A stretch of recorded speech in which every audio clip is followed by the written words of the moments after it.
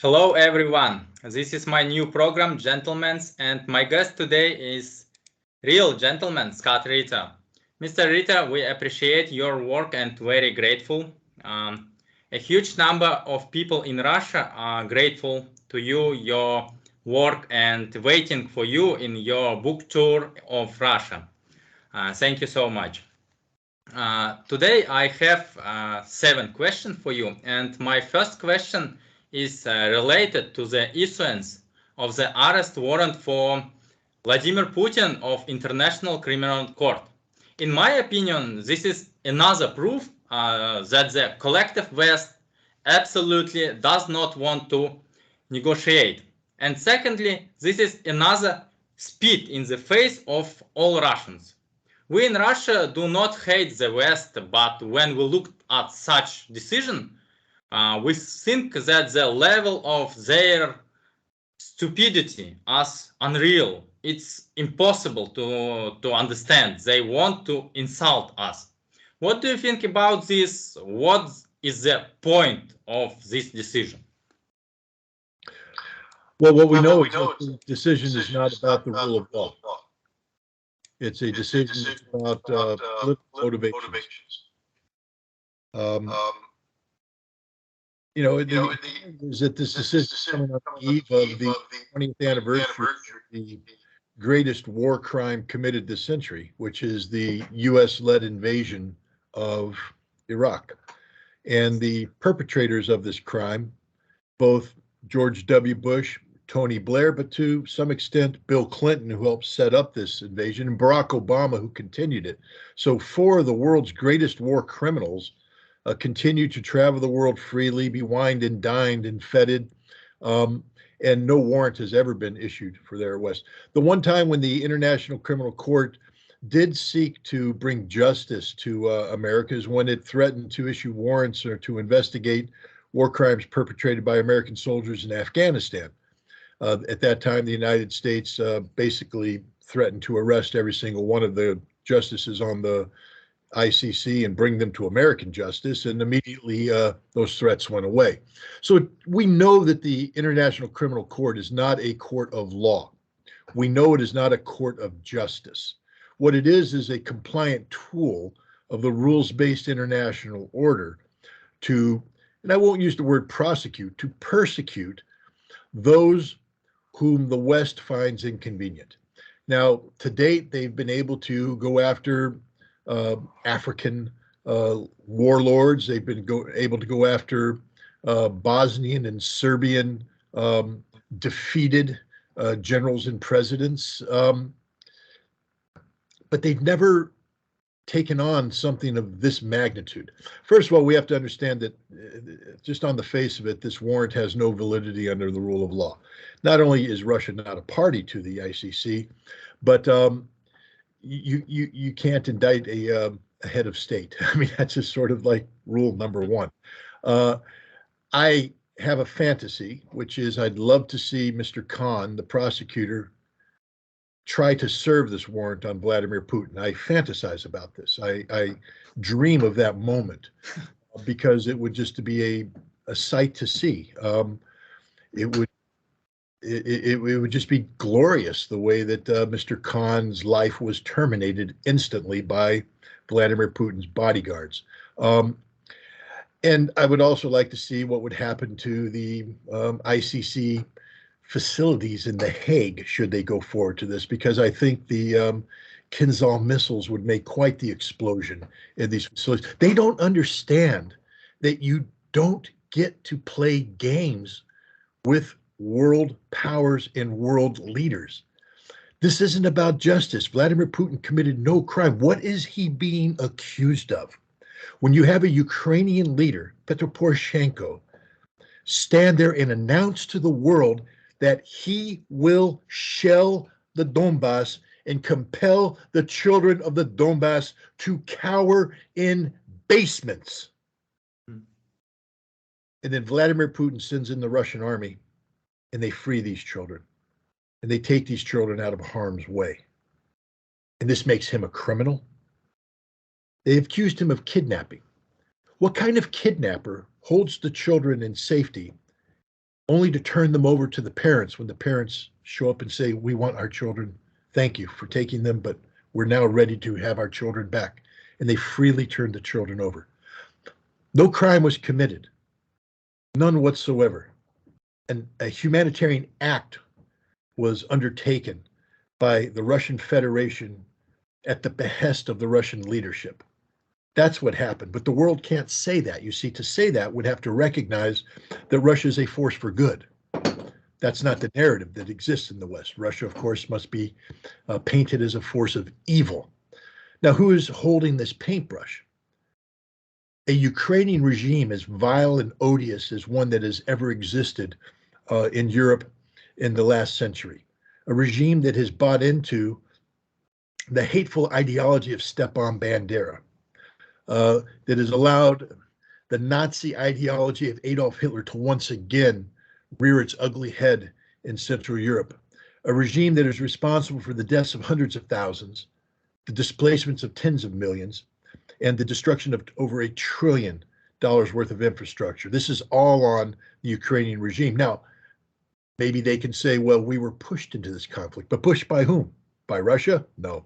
Russia is the only party that has sought peace throughout, by pursuing the Minsk Accords, by seeking a negotiated European security framework settlement in December of 2021. And then once the war started, to seek the earliest possible resolution through a negotiated settlement. It wasn't Russia that walked away from the Istanbul tables on 1 April of last year. It was Ukraine at the behest of NATO, their NATO masters, who got Ukraine into this conflict. And it's these same NATO masters working with Ukraine who've pushed the ICC to carry out this feckless, vile task of issuing a warrant for the arrest of Vladimir Putin and his and the Russian individual who was responsible for the safeguarding of these Ukrainian children. Look, history will judge, and it won't judge Russia harshly. Russia will emerge. Russia is on the right side of history. But it's hard to tell people to have patience when every day they have to face this attack, these baseless attacks, these vile attacks at the hands of people they had once viewed as friends, and I think continue to hope that one day they will be friends again. But how can you be friends with people who treat you this way?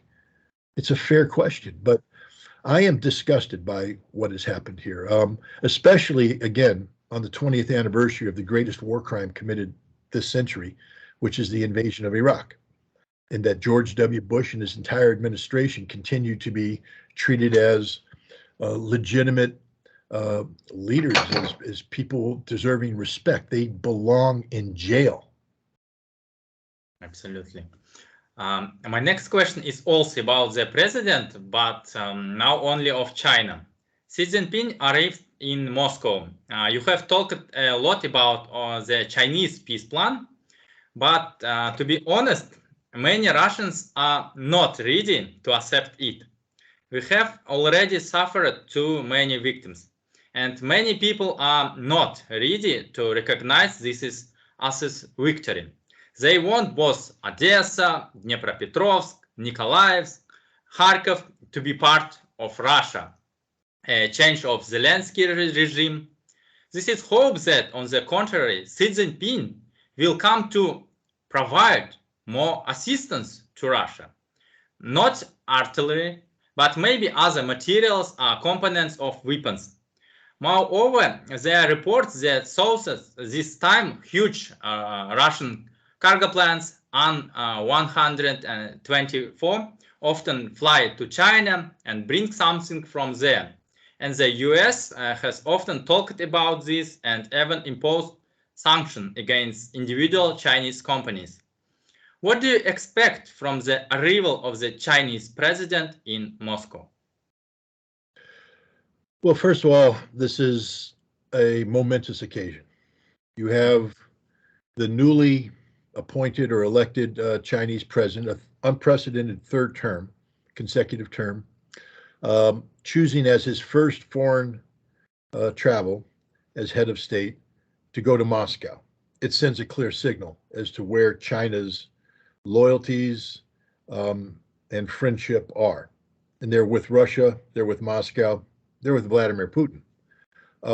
So China's not arriving here. Xi Jinping's not arriving as an enemy or even as a furtive friend. He is a real friend, a true friend. So no matter what transpires, it is going to be transpiring in an atmosphere of friendship, meaning China is looking on how it can best support Russia in these difficult times, and to solidify a continued constructive relationship based upon friendship, not alliance, with Russia going forward. Now, you've spoken of the peace plan. Let's be frank, that's the business of Vladimir Putin and Xi Jinping, and then their respective parliamentary bodies. Whether I speculate this way or you speculate that way, it doesn't matter.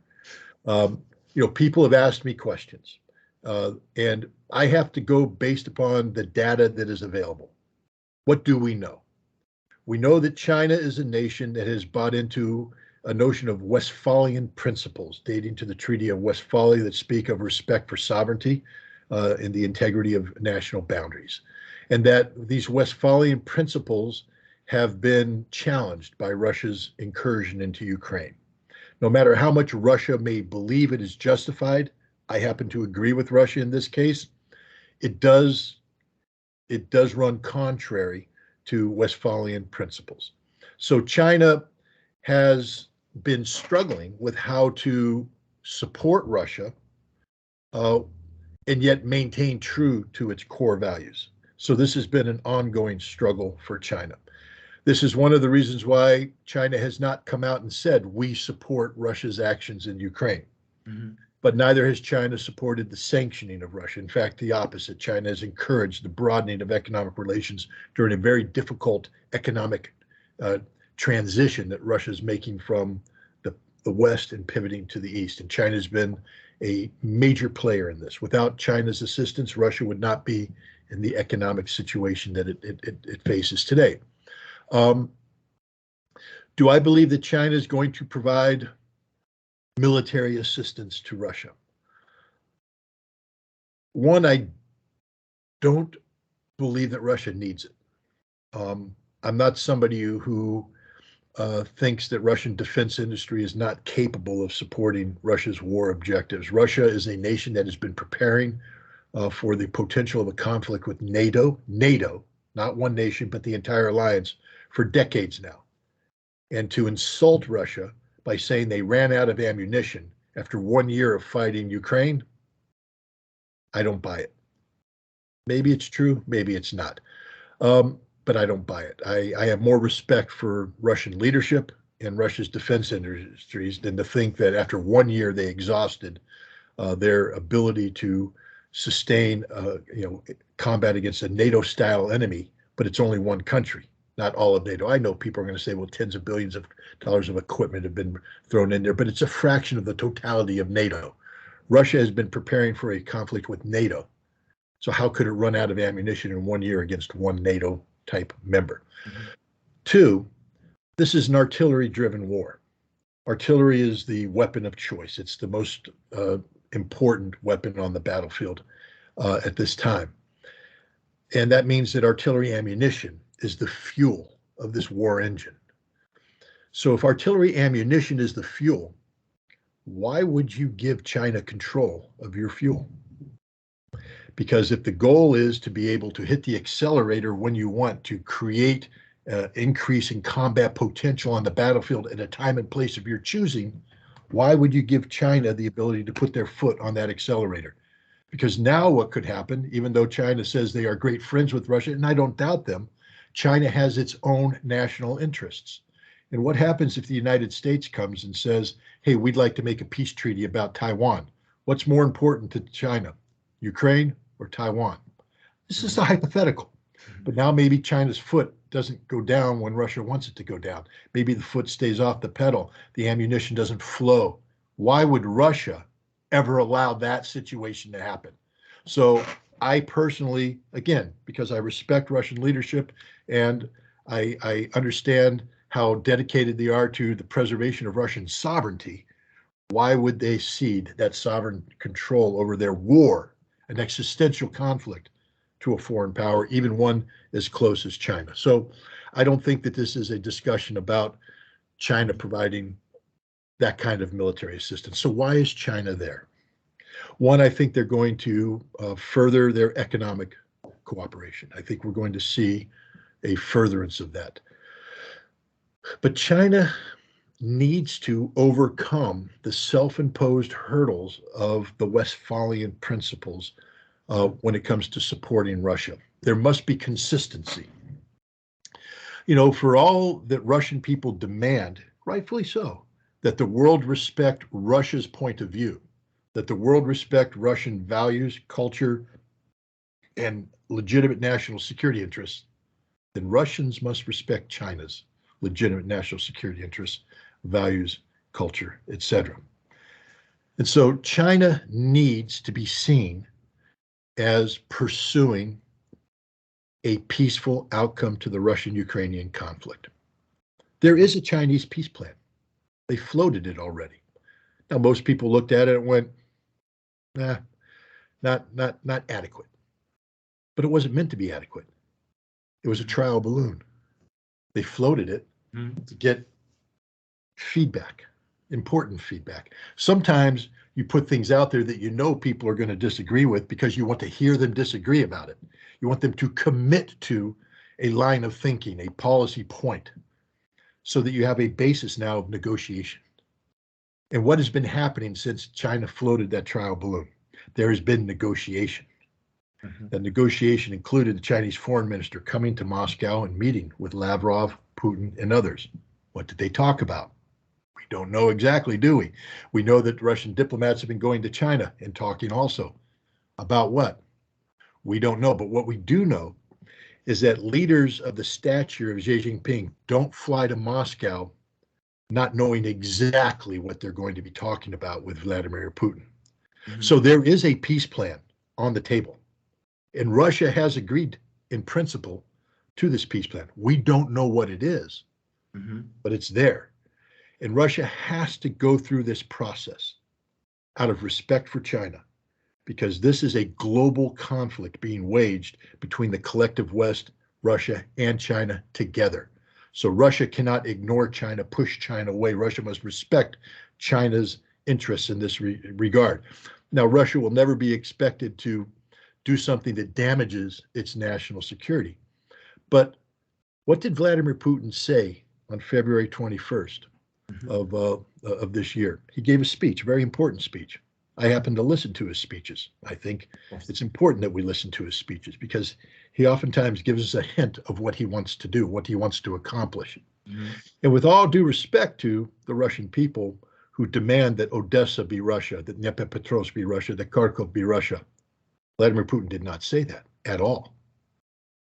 What he said is that Russia will secure the economic and social interests of Novorossiya, the Donbass. They will secure these territories, and they will improve the economic and social life of the citizens of Russia, As we speak, Odessa is not Russia. It is Ukraine. As we speak, Dnipropetrovsk is not Russia. It is Ukraine. As we speak, Kharkov is not Russia.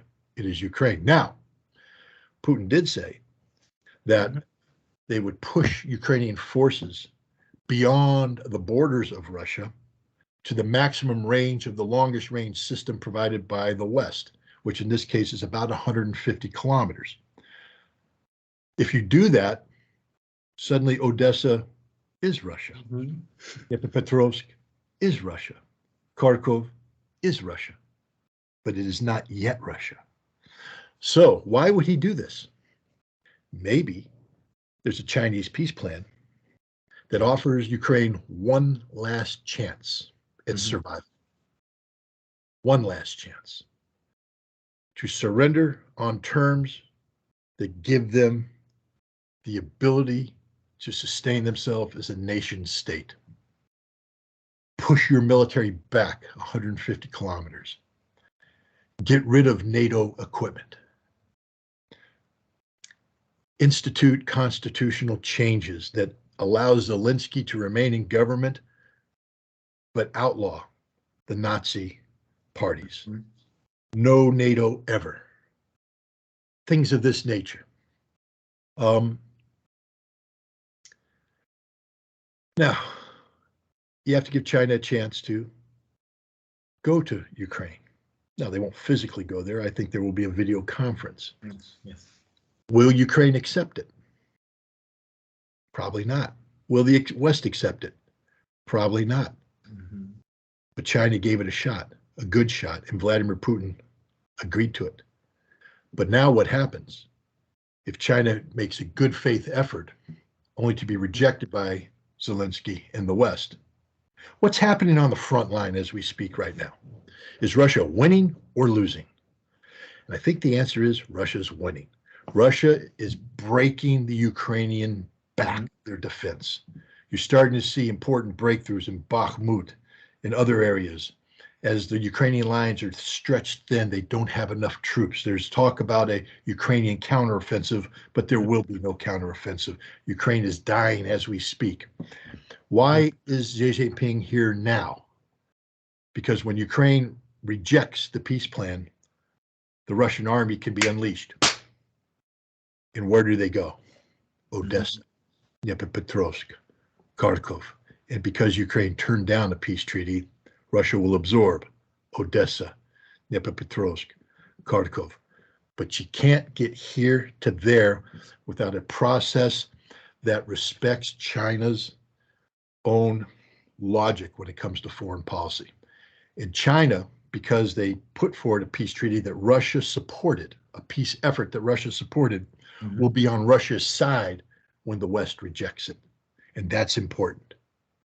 That's important. We will see very soon. My next question is quite short. You predict that the war will end by the end of summer or the beginning of autumn. You also referred to the words of NATO Secretary General Jens Stoltenberg that Ukraine will run out of ammunition. But this person is constantly lying. Why do you believe him now? Maybe he's lying and playing some kinds of game? Maybe. But I don't think so. I think what we see with Jens Stoltenberg and other NATO officials now is a growing sense of desperation. They have gambled everything on this Ukrainian war and they're losing. So right now you see people starting to look for excuses. Why did they lose? Why didn't it go the way they wanted? You know, it's not just me who agrees with this. Xi Jinping, his elite military academy just came up with a study. You know what they said? Yes, War's going to end end of summer, early fall. Imagine that. Now, do you think they said that just because they read Scott Ritter's statement and went, Scott Ritter's obviously the smartest man in the world, therefore we're going to accept everything he says at face value? Or do you think perhaps China put their best military minds to the problem? And after considering all the data, which would be far more extensive than the data I have access to, they came to the proper conclusion that I happen to agree with, that Ukraine will not be able to continue this fight beyond summer, early fall of this year, that the war will be over, which is why Xi Jinping feels that he can go before Zelensky. See, when he goes before Zelensky, he isn't going to say, hey, Volodymyr, buddy, Scott Ritter thinks the war is going to end in the end of summer, early fall. So you got to surrender. But he can't look him in the eye and says, my best generals and their staffs have looked at this. You're going to lose at the end of summer, early fall. You're a dead man walking. Everybody around you is dead. Your country will be destroyed. I'm giving you one chance to live. So that gives him a little bit more power. So I'm confident with my assessments. I think Jens Stoltenberg in this case was telling the truth. You know, but it's not just Jens Stoltenberg. I mean, everybody's saying it. So unless NATO's suddenly decided that they're going to be in the con man game, where all they're going to do is play, you know, the big con, try to fool Russia, because Russia is fooled so easily.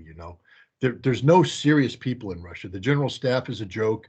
Your President Putin, obviously, his mind is elsewhere because Russia doesn't know the truth about ammunition supplies.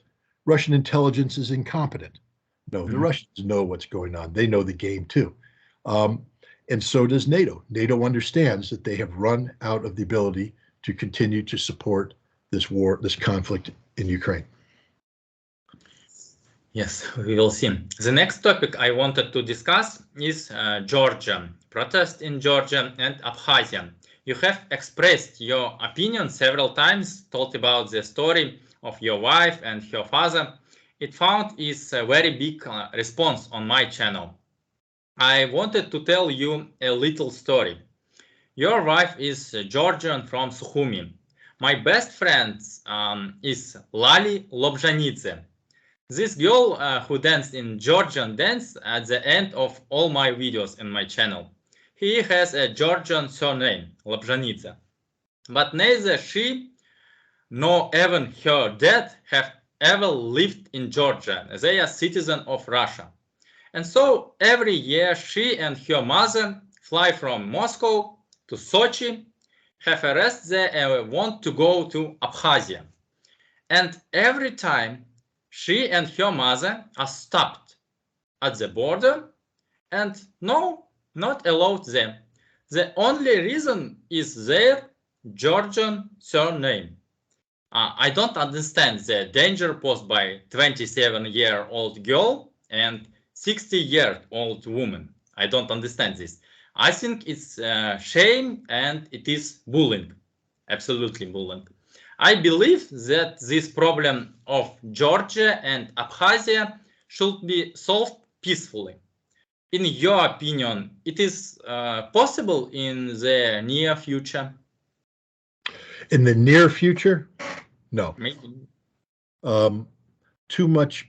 There's too much bad blood in place. Look, let me make it quite clear. The Abkhazian people comprise 17% of the population of Abkhazia.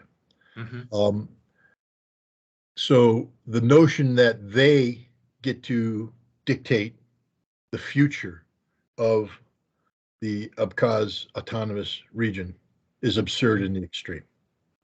Yes, they want a war. They want it with the assistance of Russia. They want it with the assistance of the Chechens.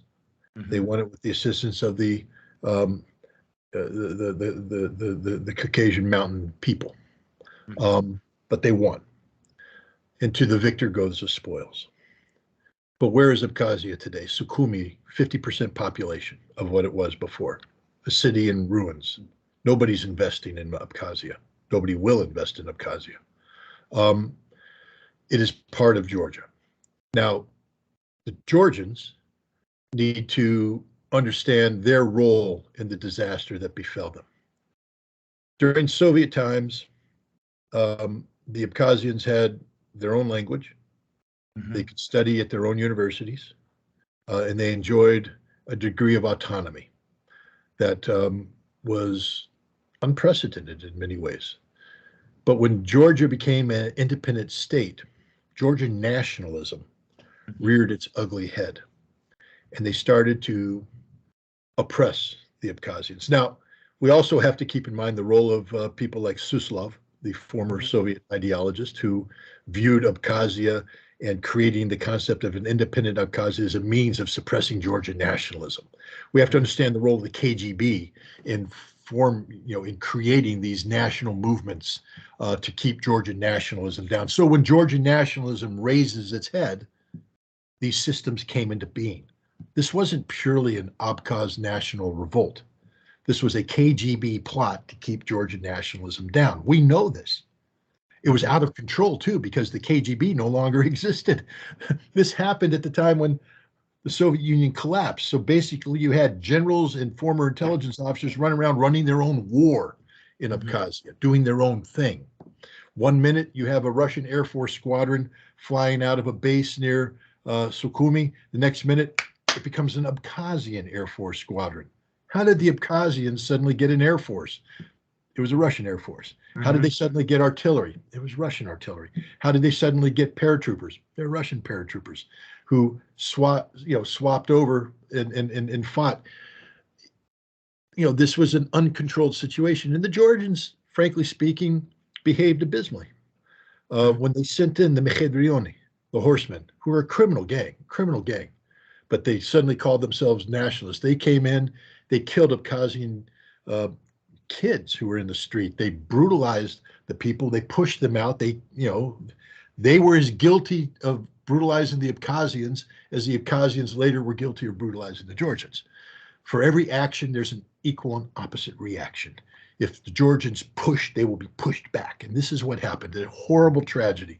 The majority of the Georgian people did not want this conflict, especially the people who lived in Sukhumi, who were brothers and neighbors, relatives of the Abkhaz. They had lived together peacefully for decades, and suddenly they're at each other's throats.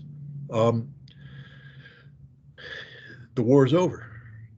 And I hope Georgia learned its lesson, that you cannot think of reunifying Abkhazia to Georgia through force of arms.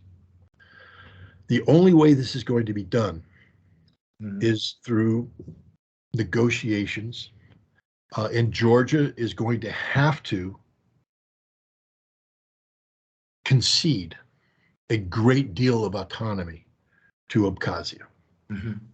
That's just the reality of it. But Georgia has a lot to offer. For instance, a lot of people don't know this, but the Abkhazian people who claim to hate Georgia, where do they go for their medical assistance? To Georgia. Why? Because the Georgian government views them as Georgian citizens and therefore says all Georgian citizens can get medical assistance. So the Abkhazians come to Tbilisi to get medical assistance in the capital city of the nation they claim to hate, which tells you that the hatred is superficial, that if there's a way to break through this hatred and to create a notion of cooperation, that this problem could be overcome. And they were working on overcoming it. Dmitry Medvedev was meeting with Saakashvili up until July of 2008, where they were discussing how to make this happen. But the United States stepped in and brought an end to that. We invited Georgia to join NATO. The Georgian people foolishly, like Adam reaching for the apple from Eve, took the forbidden fruit and then have been condemned ever since. They invaded South Ossetia. Now they can say, well, South Ossetia belongs to Georgia. Perhaps it does, but you can't violate agreements that had been in place for over a decade. You can't attack Russian peacekeepers. If you want South Ossetia to be brought back into Georgia, it has to be done through a process of negotiation that deals with the current realities, not what you wanted it to be 30 years ago. So, and today we have the some Georgians behaving abysmally. They want to open up a second front to draw Georgia into the Ukraine conflict, as if they haven't seen what happened to Ukraine and understand that is the future for Georgia. That is the future of Georgia if they get involved in the second front. Where do they think NATO assistance is going to come from? There is no long NATO border with Georgia. Where do they think European Union economic assistance is going to come from? There is no long European border. Georgia is isolated. Its only friend is Russia, but they don't realize that Russia is the only friend of Georgia, that Russia at the end of the day would work with Georgia to resolve these many problems if Georgia would only recognize Russia as its friend, not its enemy. And until which time Georgia renounces its desire to join NATO, because NATO is an organization openly hostile to Russia. You can't say, I want to be Russia's friend, but seek to join NATO at the same time. It makes no sense. Georgia has to make a choice, a decision. And right now they're going through that difficult process. The United States is, of course, doing what it always does. It holds up the dollar and it lures people in with the promise of money. But this money doesn't lead to a better life. It leads to death and destruction, as all American efforts to lure you in with dollars do. America doesn't care about Georgia. America doesn't know Georgia. You say you have a Georgian friend. You say she dances Georgian dance. And I'm sure at some point in time you guys have eaten Georgian food. But when she dances the kartuli, you probably know what the kartuli is, because you've seen it, because you're friends with Georgia, because Georgia because of your shared Soviet heritage. Georgia, and Russia are brother nations. Yes, you speak different languages. Yes, you have different cultures, but the Russian Federation is a landmass of differing peoples, differing cultures, differing religions. It's not a homogenous group of white Slavic Russians.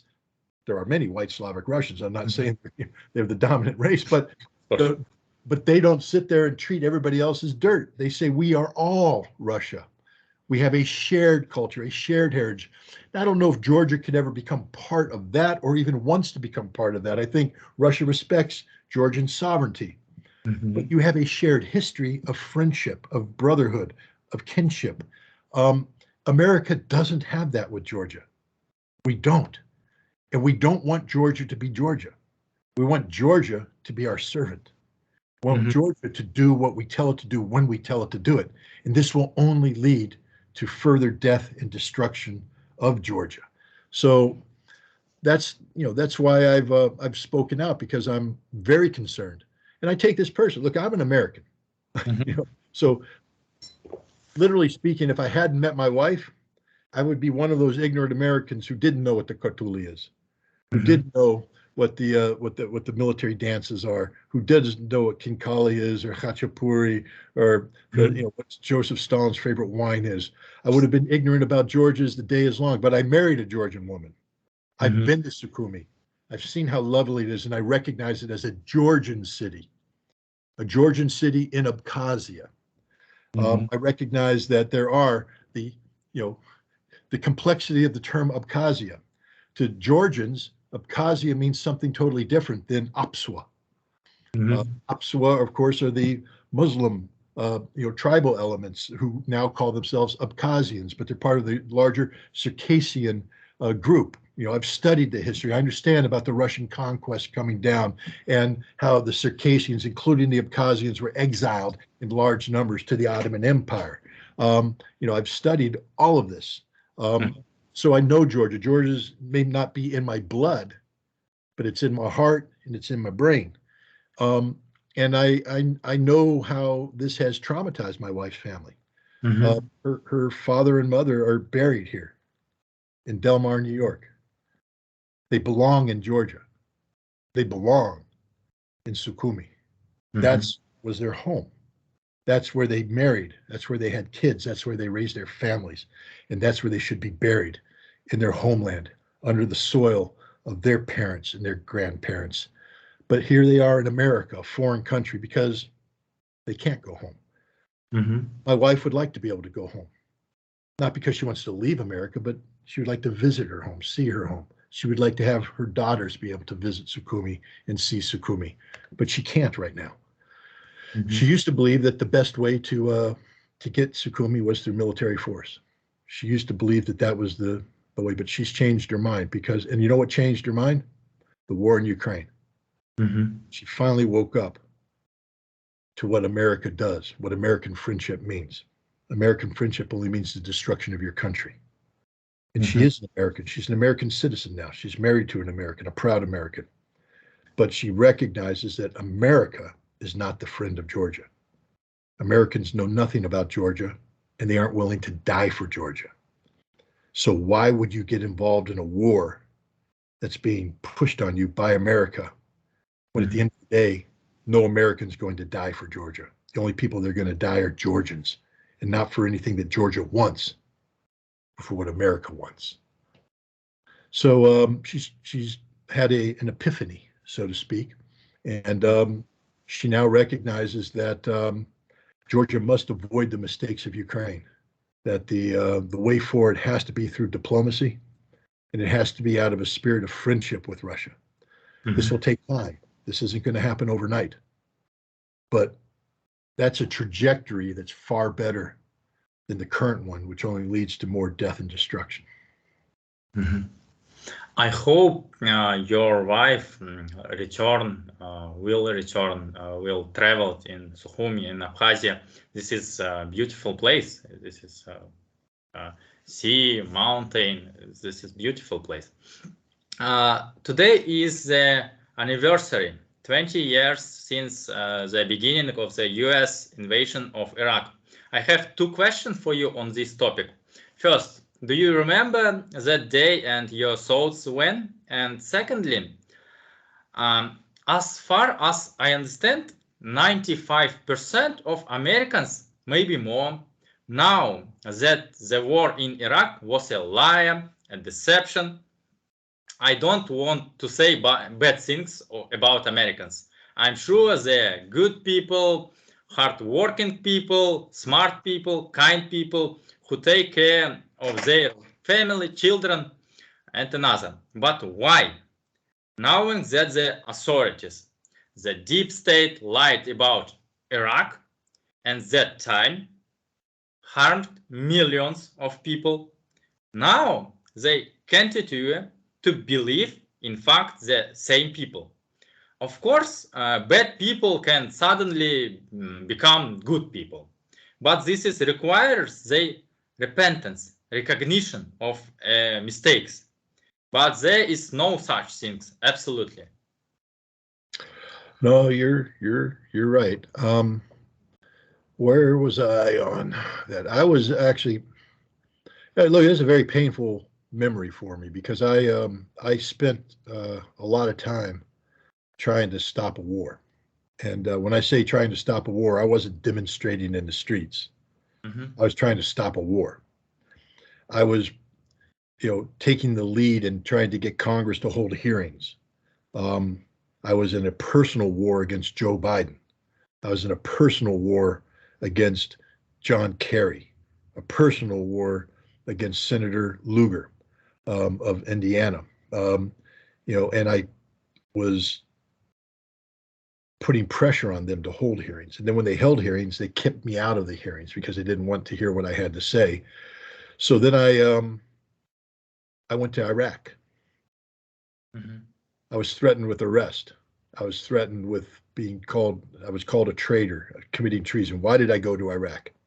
To get weapons inspectors back into Iraq. Because at that time, the Bush administration was working with the British government to hype up weapons of mass destruction as a threat worthy of war. And their biggest argument was, we have no weapons inspectors in Iraq, so therefore Iraq is taking advantage in building all these weapons. And so I believe the best way to counter that would be to get weapons inspectors back in. But Iraq wasn't going to let weapons inspectors back in. So I, the most hated man in Iraq, they used to hate me like you wouldn't believe. They called me Abu Azamat, the father of all crises. When I showed up in Iraq, Saddam Hussein convened emergency meetings. There were assassination attempts against me. I was reviled, despised. And I decided that I had to go to Iraq. And to do what? To speak to the Iraqi parliament. No foreigner has ever addressed Iraq, the Iraqi parliament, let alone an American. Why did I need to do that? Because I had to get the attention of the Iraqi people. They had to believe me because they only knew me as Abu Azamat, the father of all crises. I had to introduce myself as Scott Ritter, the former weapons inspector who they had to trust. They had to learn to trust. So I went to Iraq and I spoke before the parliament and I won over the parliament. I won over the Iraqi people. And then I sat down with the Iraqi leadership at the highest levels and I won them over. And we got weapons inspectors back in. That was one of the biggest accomplishments of my life. And I felt really good about it. But then the inspectors got into Iraq and the United States government began playing the same games all over again, saying they're just not going to believe the work of the inspectors, that the Iraqis are hiding weapons. It doesn't matter. And then they even said, but if they get rid of it, it doesn't matter. Regime change is the only thing. So once again, I stepped up to the plate. I reached out to Saddam Hussein directly. And I got him to agree to a 6-point peace plan. Listen what I'm saying. One person, me, little old Scott Ritter, reached out to Saddam Hussein and got him to agree to 6 principal points of peace. And then I got many peacemakers around the world to agree to this. And we were going to meet in Iraq and we were going to have the Iraqis publicly unveil that. Then the FBI decided that that wasn't going to happen. So they unleashed a vile attack against me. And of course, that plan didn't happen. I still didn't quit. I traveled to Japan to meet with the Japanese parliament to get them to oppose the conflict. I traveled to Europe to meet with European parliaments. I traveled to the Middle East to meet with the leaders of the Middle East. One man, Scott Ritter. Nobody. Who am I? But I'm doing this because I believe we have to stop this war. Now, why did I believe this? Because I knew the war was a lie. For 7 years, I ran the intelligence programs of the United Nations, and I led the inspections in Iraq. There's a reason why they called me Abu Azamat, because I was the toughest inspector you ever met in your life. And when I went into Iraq, we did a good job. I knew the truth about Iraq's weapons of mass destruction programs, and I knew the case being put forward by my government was a lie. Therefore, as an American citizen who knows the truth, it's my job to get out there and tell as many people possible the truth. And I was working on that. I was coming home. I was in Detroit, Michigan, when the news broke that we had started bombing Iraq. It broke my heart, broke my spirit, broke my soul. You know, I can't say that I've fully recovered from that. I mean, some people ask why I'm out here, you know, doing what I'm doing not on behalf of Russia, because again, I wasn't doing this on behalf of Iraq. I was doing it on behalf of the American people. And so what I'm doing about the Ukraine-Russian conflict isn't on behalf of the Russian people. I'm glad many people in Russia like me, but I'm not doing it for you. I'm doing it for my people, for the American people. I'm doing this to keep us from making a mistake, a horrible mistake. I personally believe that good relations with Russians and Americans is good for America. Not just good for Russia, it's good for America. But why would I do this again? Especially when my spirit was crushed. And I don't know, because maybe my spirit will get crushed again. You know, and I'm 60 years old now, right now, and I don't know how much more of this I can take, but I'm going to do it. But that was a tough thing for me, that war. And one of the things that makes it hurt is that even when years later, people began to recognize that I told the truth. I don't think there's anybody out there right now that says, well, Scott Ritter lied. They used to say that all the time, just like they say it today about when I speak about Russia. You're a liar. You're a liar. Vladimir Putin's bought you. You're getting Russian money. You have a book being published in Russia. My God, you're a horrible man. But they said that about me, about Iraq. A lot of people don't know that because of the stance I took on Iraq, I was charged with treason by my government. And by the most powerful prosecutors in America, Mary Jo White of the Southern District of New York, who never loses a case, David Kelly, the FBI's counterterrorism guy, coming after me. These guys never lost a case in their life, and they're coming after me, and the penalty for treason is death. We're not joking here. They're going to kill me. But I fought them, and I won. But it takes a horrible toll. Imagine that. One man fighting the United States government. One man fighting the media, who turned on me. I used to be the darling of the media. I could go on every program, but then my message became inconvenient because it was never about the truth. It was about telling what they wanted to hear, not what they needed to hear. So the media turned on me, and I was attacked, derided, spit on, isolated. I couldn't get a job, unemployed, unemployable. But I told the truth, and people recognized I told the truth today. But what about the people that lied? What about George W. Bush? You know, to say about the American people, they're as guilty as anybody else about respecting authority. For instance, there's a gentleman named Richard Haas. Richard Haas used to be in the State Department policy planning. During the lead up to the Iraq War, he was, in fact, I think that's what his job was, director of policy planning. He knew that it was a lie. Now, today he says he doesn't. Today he says it was a mistake. We made a mistake. We didn't intend to lie. It was a mistake. But see, that's a lie. Now, how do I know it's a lie? Because I briefed the State Department. I briefed the White House. I briefed the Pentagon on the truth, the whole truth, and nothing but the truth. The truth that now everybody recognized I was right. I was telling the truth. I wasn't making it up. I wasn't guessing. It's not like today where I'm doing analysis of Russia. I freely admit that I don't know hardly any of the real facts out there, that I'm like everybody else trying to, work my way through conflicting information. But with Iraq, I knew everything because I did it for 7 years. And so when Richard Haas says we didn't know, he's a liar. He knew. Why? I told him. When the White House says, we didn't know, you knew. Why? I told you. When Joe Biden says, I didn't know, he's lying. I told him to his face in his office. They all lied. But here's the difference. Today, when they speak, Joe Biden is the president of the United States. Richard Haas is up there with the Council for Foreign Relations. George W. Bush is an esteemed former president in residence at home. They all have these great jobs. They work for Harvard. They work for Stanford. They work for Hoover Institute. They work for everybody. Scott Ritter apparently works for Vladimir Putin.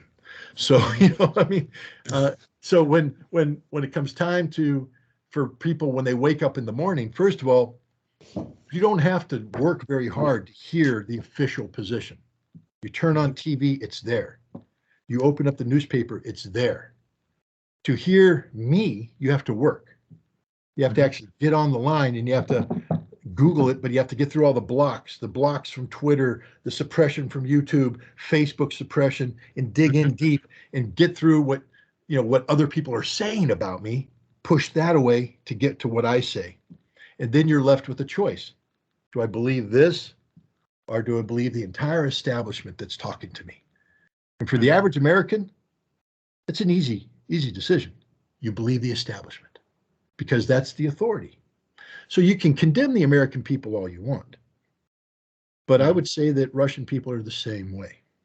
That if given the choice to believe the establishment or one dissenting voice, human nature says we're going to believe the establishment.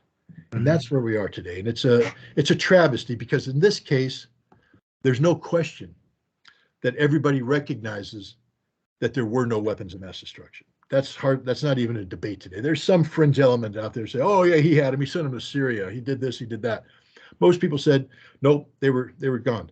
But then they say, but there was no ill intent on the part of the Bush administration. It was a mistake. It was an error. And we are all human. We all make mistakes. It's forgive them. I will never forgive them because I know it wasn't a mistake. I know it was a lie. Do you have more time?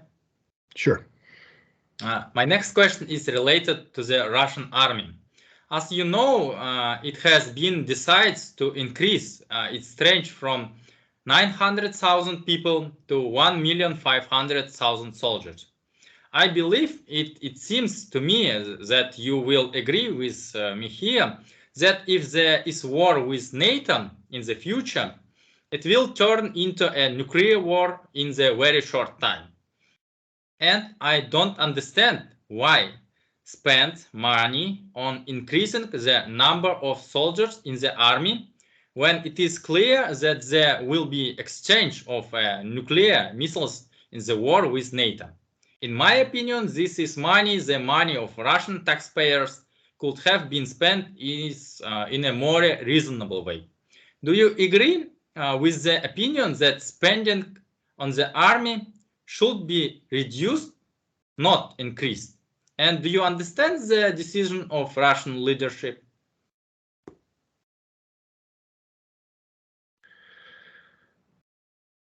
Let's start off with some just basic facts about NATO. One, it's an alliance in decline. It's not an alliance that's getting stronger every day. It's an alliance getting weaker every day. Yes, I know Finland may join. Sweden, who knows what's going to happen to Sweden? But what's going to happen to Turkey? What's going to happen to Hungary? It's a NATO, it's an alliance in crisis.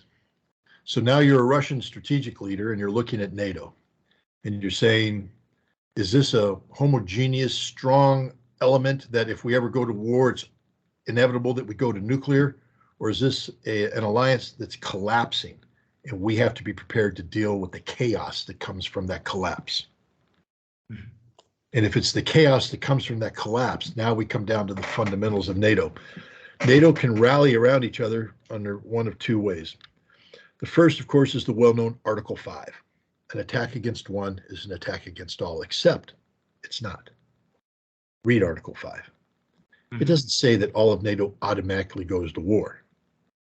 It says that NATO members are obligated to consider an attack against one as an attack against all, and then decide what they want to do about it, whether they want to get involved, and if that involvement will be military. There's nothing automatic about it at all. So when you're dealing with an alliance that's fracturing, collapsing, falling apart, there's a good chance that if there's a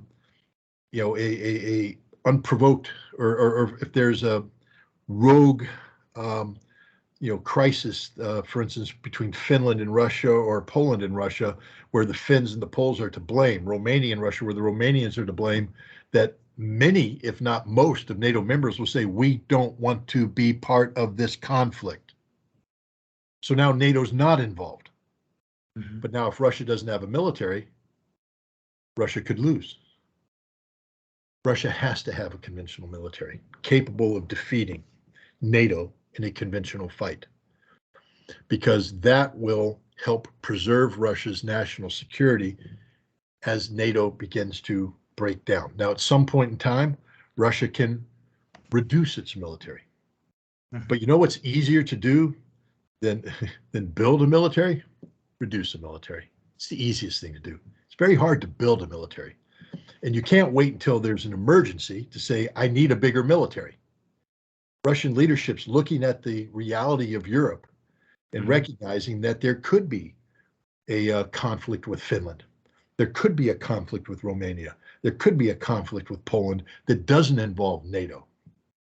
And then if Russia doesn't have the forces able to handle that, if Russia's still, for instance, in a major conflict with Ukraine, when Finland decides to get stupid, how will Russia respond? Well, they have to build a force there, which is what they're doing.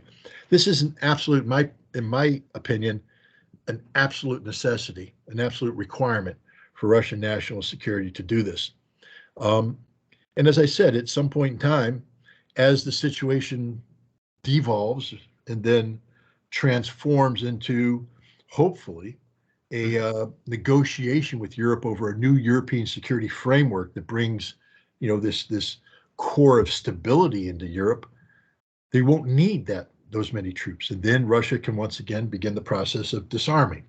This time I think they might choose to disarm in a more, I won't say intelligent, because that's insulting people, but in a way that could lead to rapid mobilization if necessary, so that you have reserves who are trained, who can be rapidly mobilized and brought back into active duty, so you don't have to go through this 300,000 man mobilization that taught Russia a lot, but it was very sloppy and very inefficient and very unwieldy. That only worked against Ukraine, but if you tried to do 300,000 against an active NATO conflict, you would have had a lot more problems. So who knows what Russia is going to do down the future? But the basic premise of your question, I believe that the Russians are behaving in a very measured and responsible fashion in building up the military they need to deal with the instability that the world is challenging them with. Remember, there's something going on in the Pacific too, Japan being pushed by the United States. What happens if there's a Korean conflict? Can Russia guarantee that Russia doesn't get dragged into that conflict? How many forces does Russia have in the Far East? Are they capable of being there? Does Russia need to build them up? The United States is talking about the Arctic.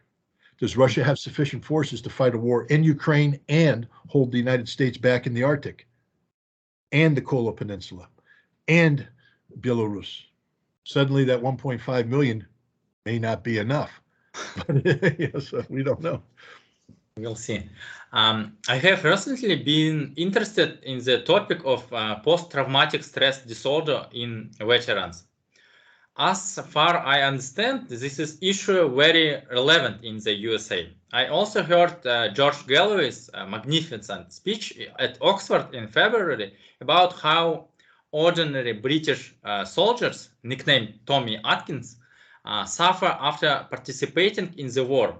Alcohol, drugs, domestic violence, abuse, and other problems.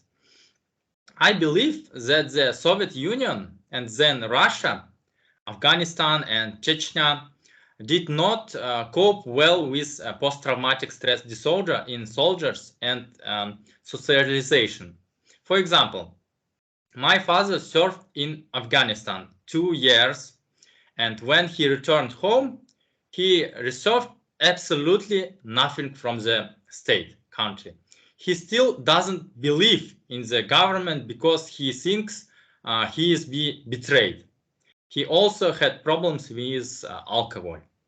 And now I believe that there will be many soldiers in Russia, even when we win this war, who will return with various injuries, psychological and physical problems. For sure that there's some government assistance programs, I don't know for sure, but I wonder not the state, not the government, but we, a society of people. I'm reading a book now, The Tribe by Sebastian Jonga. Maybe you read it too. And he writes about the importance of society, of people, the tribe in helping such people.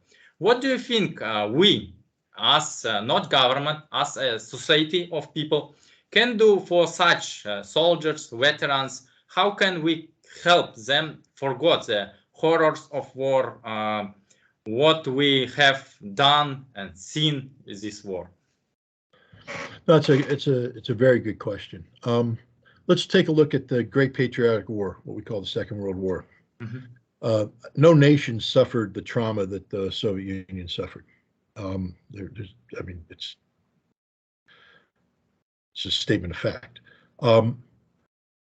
Were your soldiers traumatized in the conflict? Yes. Mm-hmm. Did they see things that men should never see? Yes. Did they do things that men should never be asked to do? Yes. And when a human being, because I believe that, contrary to propaganda in the West, that the average Russian boy growing up in the 1930s was not raised to hate, was not raised to kill, but was raised, to be a productive member of society. I'm not naive to believe that Soviet society was perfect. I mean, there was a lot of trauma already in Soviet society because of the repressions of 1936, going beyond that, starvation, forced collectivization, industrialization, etc. So, but generally speaking, the average person who was of military age during the Great Patriotic War was not raised to be a killer. So when they were thrown into a situation where they had to kill or be killed, and they saw people killed, it is psychologically damaging. We can't pretend otherwise. You're not human if it's not. If you're a human being who's been exposed to something like that and it doesn't trouble you, then there's a problem with you. Mm-hmm. But Soviet society was also traumatized. Leningrad, Stalingrad, all of the cities of Ukraine and Belarus were traumatized. Even going back, the experience of receiving Vodkinsk, where I worked. Mm-hmm. I mean, I've studied the history of how they received the factory from Kiev, and they received the anti-aircraft factory, and they brought it in, they put the factory in place, and then they received the workers, and the workers lived in barracks with poor heating, etc. And the stress that placed on the town, the city as a whole. All of that was repeated throughout the Soviet Union as they absorbed the industries and rebuilt the industries, and they invested themselves in the conflict. It was very rare to say that, to have a Russian family say, my family wasn't impacted by the war at all. Everybody was impacted by the war.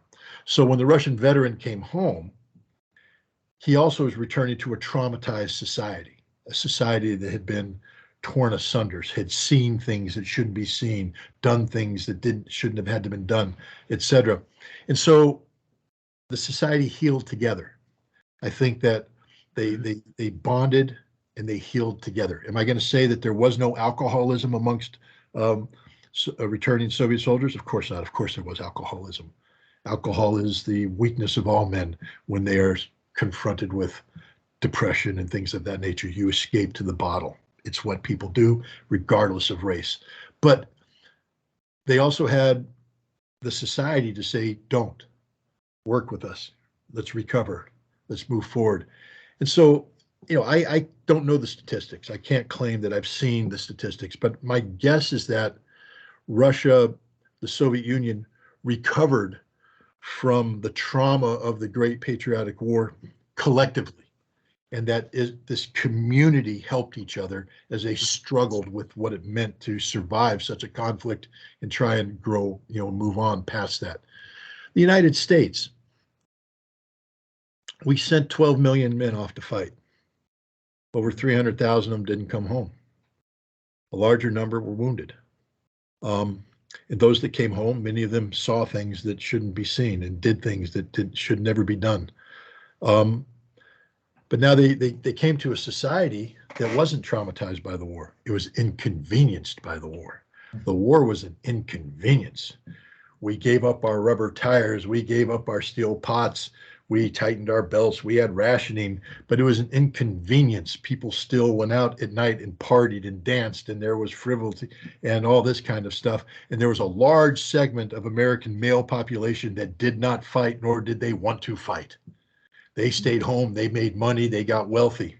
And then the soldiers come home, and yes, we tried to make it comfortable for them with the GI Bill so they could go to college. But, there's a series in the United States, The War in the Pacific, they call it. It was based upon the writings of several authors. It's true stories of several Marine veterans. Mm-hmm. And the one Marine who came home, he went to college. He got the GI Bill, so he was going to go to college. And he's there, and the girl, beautiful little co-ed girl behind the table, college girl. And she's like, so what do you have to offer? He said, well, I was in the Marine Corps. Mm-hmm. Oh, well, what are you good at? Mm-hmm. I mean, can you do this? Can you do that? And he's like, no. She goes, oh, and he goes, I'm pretty good at killing Japs. And she's like, oh, didn't understand it. The society didn't get it. In Russia, I don't think a single Russian woman would have asked the guy about this because she knew. She didn't. Mm-hmm. It was assumed. But in America, the guys that came home, we didn't want to know about them. And so they had to bottle it up. And you talk about the 1950s, an entire generation of American men who were World War II veterans who were supposed to be heroes. We won the war. We defeated Imperial Japan. We defeated Nazi Germany. But mm-hmm. Their only outlet was what? Parades. So you can have a parade. Yay, here come the heroes in their uniforms. Nice parade. And they hold a dinner for you. But then you go home and you have your nightmares. And you get drunk and you beat your wife and you yell at your children. But they don't want to know about that. So nobody wants to know about that. We ignored it. We pretended it didn't happen. It was inconvenient. And this is for a war we won. Now let's go to Korea, where mm-hmm. we didn't win. Let's go to Vietnam, where we lost. Entire generations. And America is this hyper-patriotic country that says we support our troops. We support the troops, but we don't support the troops. We support the concept of the troops. We like men in uniform. Mm-hmm. They look good. I look good in uniform. It's hard to believe. And everybody's like, ooh, you look good. But they never want to hear about what you're training to do. Mm-hmm. So how's the Marine Corps? Well, I get up and I go to the field for, 28 days straight, learn how to kill commies. Oh, and how's the weather? They just don't want to talk about it. They want to say, well, how do you kill commies? We're in a maneuver warfare. You see, I'm trying to target, kill, boom, boom, boom. They don't want to hear about that. That's too inconvenient. But we support our troops, but we don't want to know about what they're getting ready to do because that's disturbing. Of course, it's disturbing. It's about war. And then God forbid they go out and do it. And they go to war. Now you really don't want to know about it. I mean, there's the old saying, how many times I've heard this? Mm-hmm. You're in the bar, you're drinking. You kill anybody? Not today, but I'm still young. I could kill you if you ask that question again. The stupidity of that question. Mm-hmm. Did you kill anybody? But then they don't want to know. Because what if, God forbid, I turn to them and say, yeah, you see, there was this, and I didn't do this, but there was this family that was coming down the road, but I mistook the car and we fired in and I hit a 10-year-old girl right in her head and I blew the head apart and her mother was bleeding out on the 6-month-old baby who choked to death on the blood coming from the brain. Do they want to hear that? Nobody wants to hear that. But that's the answer. That's the answer. Or, yeah, we were assaulting a position and there was a young Taliban kid down there who was bleeding out and gurgling on his blood. And I was getting ready to maybe give first aid, but another guy fired at me. So I just turned and emptied a magazine into him just to make sure he was dead. Do you want to hear that? You want to hear about how he killed the Taliban? Do you want to hear about all the death that happened? Nobody wants to hear about that, but they pretend they want to because they think it's glorious. They think it's like a Hollywood movie. Did you kill anybody? Were you like John Wayne? Were you like, other great war heroes? Well, there's nothing glamorous about killing people or watching your friends get killed. The guy that stepped on the landmine, bam, bleeding out there, but you can't get to him because there's other mines, so you're trying to work your way in there. He's screaming for help. You're throwing him the first aid kit, but he can't get it because his arm's blown off too, and he bleeds out while you're about 15 feet away from him. Do they want to hear about that? Nobody wants to hear about that. So then what happens? You come home and society claims to be your friend. They supported you in going in. I mean, high schools held parties for you. They were cheering for you as you went off to war. But when you came home for war, they shook your hand, they asked you stupid questions, and then they walked away from you because they didn't want to know the truth. They didn't want to know what war really is. So these guys end up drinking themselves to death. They end up doing drugs. And the other thing about war is it hurts. It hurts. And I'm not just talking about mentally, physically. Your knees get bad. I can barely walk. Backs are awful, man. My back, my body is a wreck because of my military service. But they don't want to hear about that. They don't want to hear about the fact that when you wake up in the morning, you're almost crying and puking because of the pain just to get out of bed. But now when you go and ask for, I don't do any drugs. I made a decision I will never do a drug in my life. But there's guys who have to, just to cope. So they go and they get the medicine from the VA, and so the VA gives them the painkillers. They're taking the painkillers, and then the VA says, well, you don't need the painkillers anymore, and they take them right off the painkillers. But now the guys are addicted to the painkillers, and they're still hurting. Where do they go? Well, they go to the street, and you can't get the real drugs. So heroin is a very good painkiller. So these guys who are hooked on OxyContin now start shooting up heroin. They become addicted to heroin. And then we look at him and say, oh, you're a loser. You're a drug addict. You're a loser. No, he was a hero. He was a hero, but he was broken. And we didn't take care of him. Now he's a drug addict. Or the guys that just saw so much, killed kids. Imagine being a father and you were involved in a situation where you killed a wife and the kids. Now you come home and you see your wife and your kids. And yet when you look at them, it's the faces. So you start drinking, and next thing you know, you're an alcoholic. You're a loser. Society projects you, but you were a hero. You were. Society has to be a shared experience, or else the soldiers, the sailors, the Marines, the airmen, they get pushed aside. And, what's happening with now in the global war on terror is it's not a shared experience. Nobody who lived in the United States shared that. There were parties every night. Restaurants were open. TV, entertainment, life did not change. But we sent these people off to do things over there that we didn't want to know about. And they come home broken. And I will tell you, everybody that returns from war is broken. I'm going to say this to the Russian people right now. Every man you sent to the special military operation is going to come home broken. Because war fundamentally changes people, fundamentally changes them. They will never be the same, ever. What are you going to do about it? What are you going to do about it? How are you going to receive them? Because if you're not sharing their experience, and this experience can't just be shared with the families, because the families do share. When I went to war, my family shared. We communicated. They understood. When other guys go to war, their family. But when you come home, is it just the family? But now you're inconvenient to the family too, because remember, they even though they wrote with you, they were living their life. If Russian society isn't sharing this experience, living this experience, breathing this experience, feeling this experience, and in many ways being broken by this experience, hurting by this experience, then you can't receive these soldiers properly. It has to be a shared experience, so that when they come home, family is there for them, society is there for them, And I think Russia will do a good job. I have confidence that you know how to treat your veterans better than we do. We abandon our veterans. Everybody puts these yellow stickers on their car, support the troops. But when was the last time they went to the VA hospital to visit the guy who, was getting his colostomy bag changed out, getting fitted for his prosthesis, or who's just sitting there shaking because he's an alcoholic and nobody loves him anymore. The whole world abandoned him. He's now stuck in a room alone, shaking, nobody to talk to. Is this what Russia is going to do to its veterans? Maybe. Did you do that to some Afghan veterans? Yeah. Do it to some Chechen veterans? Yeah. I bet you if Syria had gone long enough, you'd have done it to the Syrian veterans too, because you didn't share the experience. You have no excuse right now. This is a shared experience, what's happening. Special military operation. All of Russia needs to share this, because if not, you're going to pay a heavy price.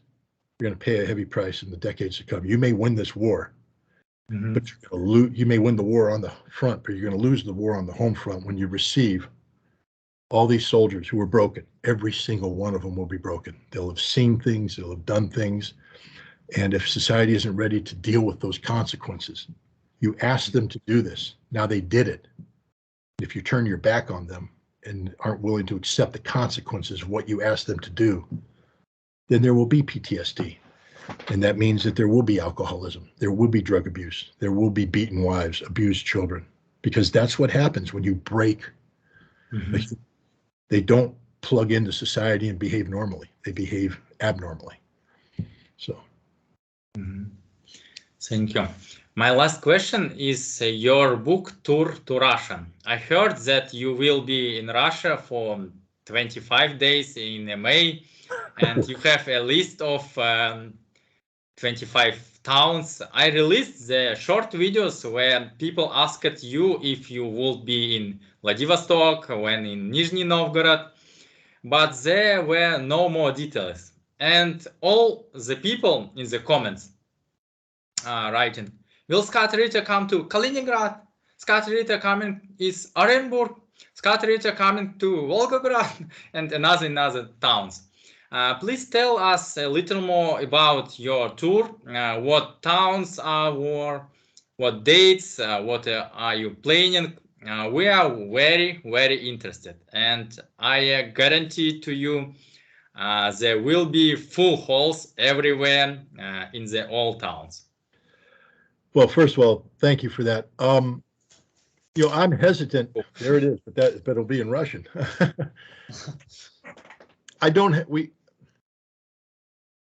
I was told that a publisher, Komsomolskaya Pravda, which is a very good publisher, was going to publish the book. And from what I understand, they still are. But the reason why I stopped talking about it is because I don't have a contract. Meaning, I heard that they want to, but they can't publish the book until they and my American publisher reach an agreement. And there's no agreement right now. So I'm not saying there won't be an agreement. I'm just saying there isn't one. So I'm sort of like, well, maybe I shouldn't get too far ahead until there's an agreement. I thought the agreement would be done by now, but it's not. But that's okay. Things take time. The list of cities is very ambitious. But again, until it's finalized, because I don't know if the organizers were just overly enthusiastic and they put out cities, and then the reality of what they've put out there is hitting home, and they're going, we can't do all that. We're going to have to, pare it down. I don't know. So I can't sit here and tell you with absolute certainty that I'm going to be anywhere other than Moscow. If the contract is signed, I know that I'm supposed to fly to Moscow and we'll start something there. Where would we go? That's again up to the organizers, and I don't want to, say that I'm going to be here only to have it not happen. But I mean, where would I like to go? Everywhere. I know that's impossible, but I would like to go to St. Petersburg. If I do this, my daughters are coming with me, and I want to be able to show my daughters Russia. I want to go to Votkhinsk, and I want to spend some time in Votkhinsk. I want to show my daughters where I worked, where I lived, where I met their mother. you know, and let them experience that. How many fathers get a chance to do that with their daughters? Would I like to go to Vladivostok? Yes. Would I like to go to Irkutsk? I would love to go to Irkutsk. Would I like to go to Ekaterinburg? Yes. Would I like to go to Kazan? Yes. Sochi? Yes. Novosibirsk? Yes. Kaliningrad? Yeah, that would be fascinating to go to Kaliningrad. Am I going to go to these cities or others? I don't know. I don't know because I'm not in control of the tour. But if it happens, my understanding is that they would like the book launch to take place on May 9th, which is a very big day for Russia, Victory Day, and then proceed from there. And I will gladly participate in whatever tour is offered. I think it's a unique opportunity to, you know, meet the Russian people, to talk with them about, you know, arms control and my experiences as a weapons inspector, to show my daughters Russia. But to sit here and say I can guarantee that this is going to happen, I can't do that right now, which is why I sort of stopped talking about it, because until I have it in writing, you know, guarantee that's going to happen, why would I, you know, tell people, yes, this is going to happen absolutely this way. But I will say this, any Russian city that I have the privilege of going to, it will be an honor. And any Russian city that I'm unable to go to, I will put that down, and hopefully in the future there might be other books where I can go, you know, or I can return, you know, when things calm down, I can return as a tourist and do that. You know, it's not a slight. If we don't go to a city, it's not a slight. It doesn't mean that people deemed you unworthy or that I don't want to go there. I want to go to every town, village, in city in Russia. I am in love with Russia and the Russian culture, the Russian people, the Russian nation. I want to share that with my daughters. If I could spend, you know, eternity exploring Russia, that would be wonderful. But we're limited by reality, by time, by the clock, by money, by budgets. So we'll see what the future has in store for us all.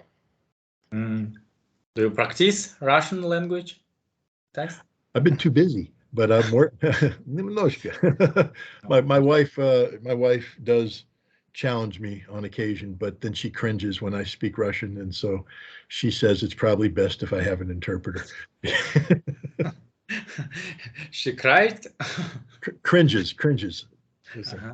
Of course.